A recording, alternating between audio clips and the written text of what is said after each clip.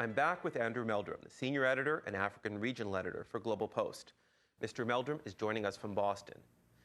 Andrew, I wanted to ask you about the challenges of covering Africa. I mean, it's interesting that you're an American journalist, an American-trained journalist, and you were writing for a British paper when you were arrested, correct? Correct.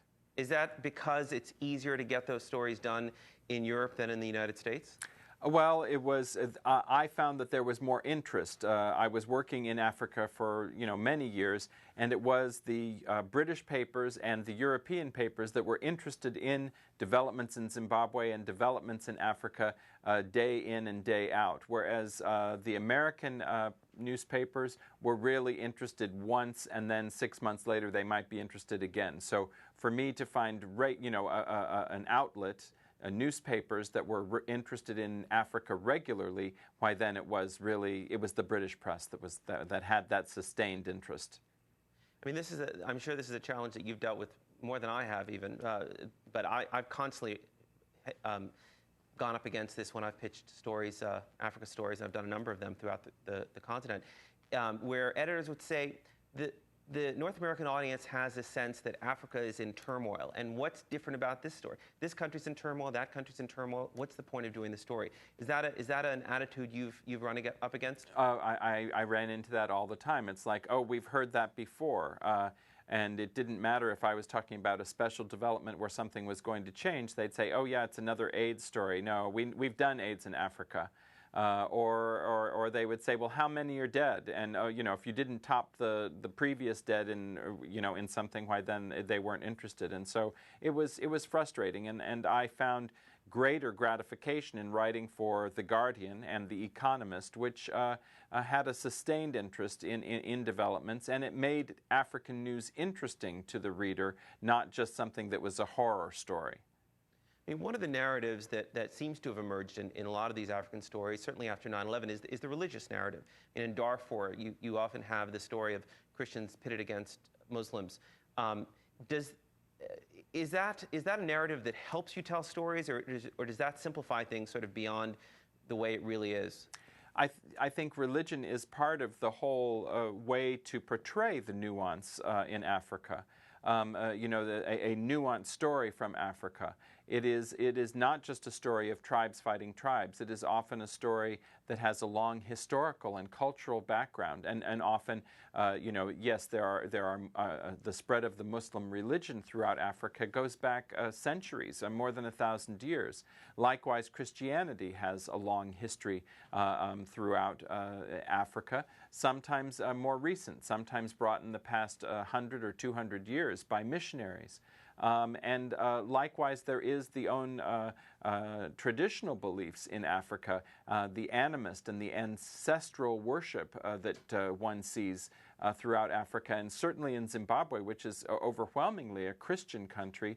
The Christian faith is merged with their belief in being in touch with their ancestors. And many Africans, many Zimbabweans merge those two beliefs, their Christian faith with their belief in being in touch with their ancestors. And it's a different type of Christianity than what we see in North America, but it's very much, very, very real to those people. It's a living faith. Well, do you think that now that the United States has a half African president, that's going to have an effect on increasing the interest level in African stories? I think I've seen that already. Certainly, we've seen not just Barack Obama visiting, Ghana and coming to Africa as a president, but we've also seen Hillary Clinton, the Secretary of State, visit, more than 7 African countries and spend a good amount of time in each country and dealing directly with the issues that affect those different countries. And I think we're seeing a greater attention by the administration on Africa, and I think then the news coverage of Africa responds to that. Let me ask you about Global Post, which is really one of the go-to places if you want to know about what's going on in the world these days. You were involved right from the start. What was the impetus for starting that? And explain to our viewers who haven't been to globalpost.com what exactly it is.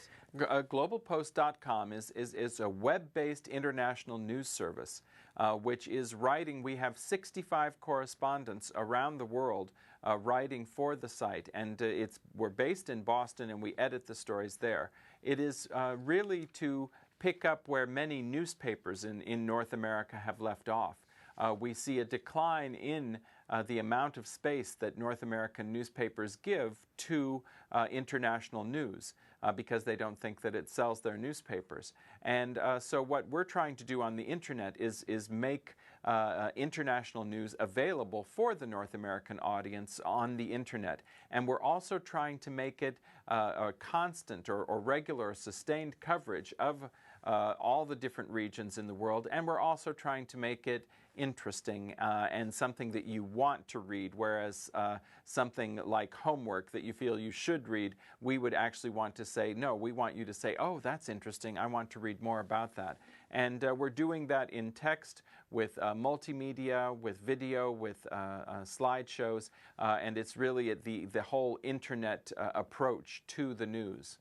Well, we just have a couple seconds left, but I'm sure a lot of your readers of globalpost.com would want to find out what it would be like for you to go back to Zimbabwe. Any plans to do that? Well, I do hope so. It takes court cases, and we have those pressed. The African Commission on Human and People's Rights has recently ruled in my favor, saying that the government should allow me to go back to the country. So I hope that I will be going back to report on positive developments there, and I look forward to keeping you informed about that. Great. Well, good luck. Thank you very much, Andrew. Thank you. You can check out Andrew Meldrum's work online at globalpost.com.